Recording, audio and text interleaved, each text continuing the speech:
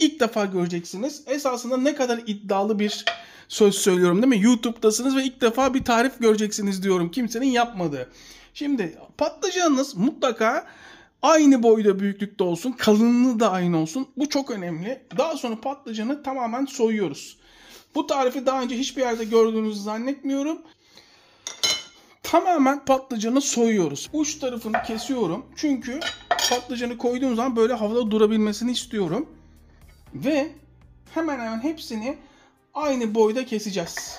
Önemli nokta. Eğer iş yerinde yapıyorsanız mutlaka hepsi bu şekil aynı boyda olmalı. Ama eğer evdeyseniz tabii ki fabrikadan çıkmış gibi olmasına gerek yok. Buradaki önemli nokta tamamen her tarafının patlıcanın tuzlanması. Delikli aparatın üstünde beklemeli. Hatta daha da tuzluyorum, bakın her yerine tuzlanmalı. Böylece suyu aşağı doğru akmalı. Şöyle yarım saat boyunca, zamanınız varsa 1 saat boyunca tamamen suyu aksın. İçindeki suyu boşalsın.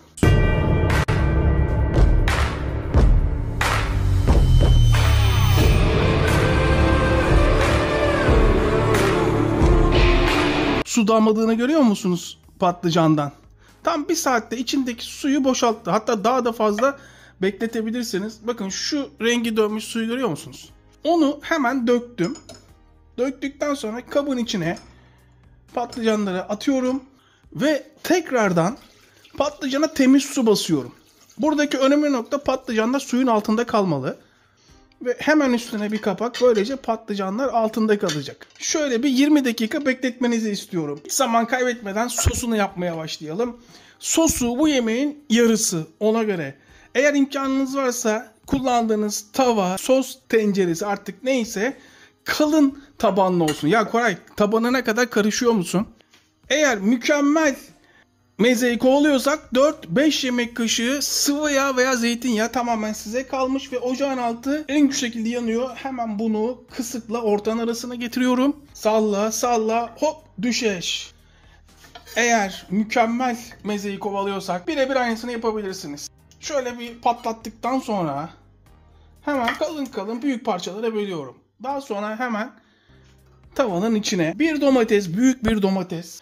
Tek kişilik yapıyorum mezeyi. Belki dikkatinizi çekmiştir. Akşam Dünya Kupası'nı arıyor biliyorsunuz UEFA.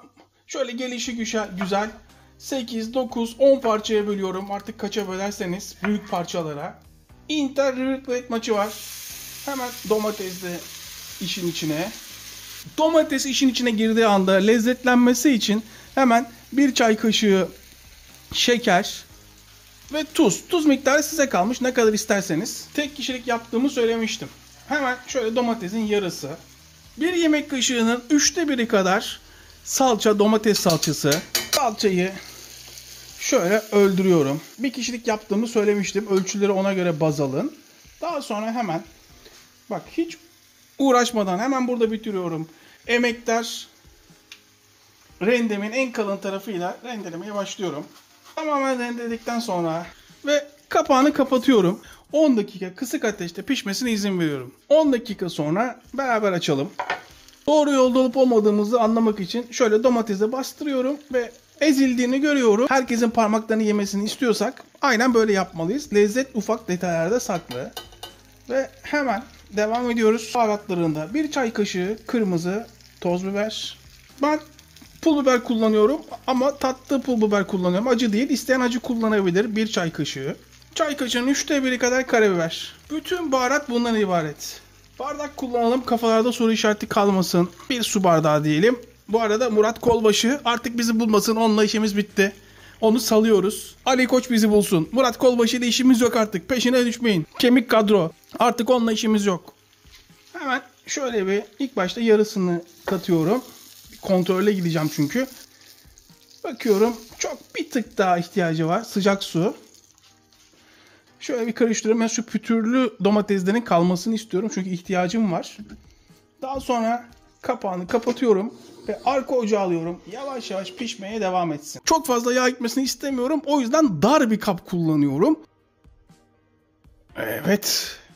Bu arada artık kesinlikle yağ ısınırken, sosumuz orada pişerken patlıcanların Kesinlikle kuru olması gerekiyor. Bütün suyunu atması gerekiyor. İşimi kolaylaştırmak için buzdolabı poşeti kullanıyorum. İsteyen kapta da yapabilir ama böyle çok daha kolay. Hele ki çok fazla yapacaksanız. Un.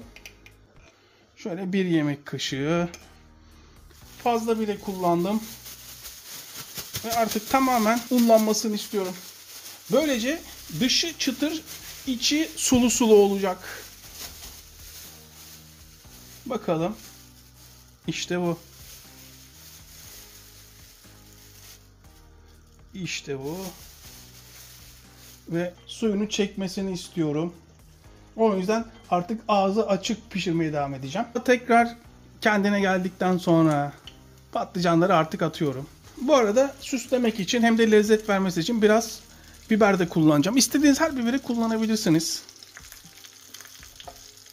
Biberler kızardı. Renginin dönmesini istemiyorum. O yüzden şöyle alayım. Hem yağ aksın hem de yeşil kalsın biberlerin rengi. Göstermek istiyorum yağını akıttıktan sonra. Bakın görüyor musunuz? Hemen şöyle yağ akacak şekilde delikli bir kaba alıyorum. Hemen bir tane sarımsak. Bir sarımsağı çok fazla karıştırmadan, sulanmasını istemiyorum çünkü. Köşelerini de alıp yeterli bir yoğurt elde ettim. Hemen şöyle sırasını beklesin. Meze tabağı da kullanabilirim ama şöyle meze tabağından bir tık daha büyük meze tabağı kullanacağım. Bu arada şunun yapısını görmenizi istiyorum. O çok sıcak. Görüyor musunuz? Nasıl kendini toparlamış.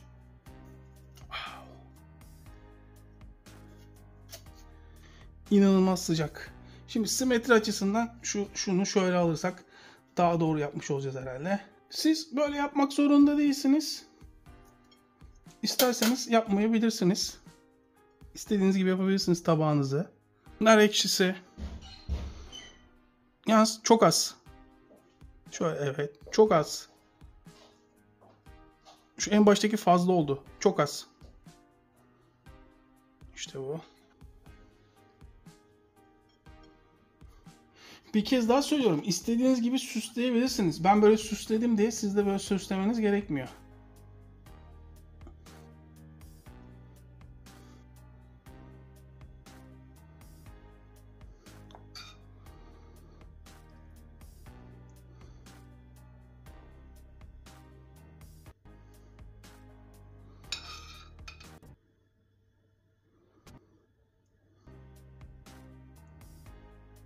Üstüne dereotu koyuyorum. Maydanoz koyabilirsiniz. Siz bilirsiniz. İstediğinizi koyabilirsiniz. Evet. Nasıl gözüküyor? Bana sorarsanız tablo gibi oldu. Bence müthiş oldu. Hele ki bunun tadına baktığınız zaman inanamayacaksınız. Da Vinci, Picasso, Michelangelo, Ali Koç. Kalkın lan ayağa, ustanız geldi. Gerçekten tablo gibi oldu. Artık şunun tadına bakabiliriz. Burası nasıl kokuyor biliyor musunuz? Tekten atacağım ama herkes içini görsün diye hiç o harekete girmiyorum. Pişmiş mi pişmemiş miciler. Görebiliyor musunuz pişip pişmediğini? Evet, hoşunuza gideceğine eminim. Artık şunun bir tadına bakalım. Ne dersiniz? Açın ağzınızı. Nasıl biliyor musunuz? Muhteşem. Güzel olmuş filan demiyorum, dikkat edin. Tek yemeğiyle muhteşem. Biraz yoğurt takviyesi yapacağım. Evet, tekrar bir ağzınızı açın bakalım. Böyle olunca moralim inanılmaz yerine geliyor. Bak, River Plate Inter maçı var. Ben River Plate'i tutuyorum. Güney Amerikalı'da tutuyorum ben. 2-0 veya 3-0 Inter yenecek ama ben Güney Amerikalı'da tutuyorum. River Plate'i tutuyorum. Evet, şunun bir kez daha tadına bakalım. Yemekten anlamayan arkadaşlar kime diyordur ki ya altı üstü bir kızartma yaptık Koray. Bunu biz Köpoğlu'nda da duymuştuk, hatırlıyor musunuz? Daha sonra Köpoğlu'nu yiyenler parmaklarını yedi. İtiraf etmiyorlar ama çoğu restoran Köpoğlu tarifini tamamen değiştirip bizim kanaldaki tariften yapmaya başladılar.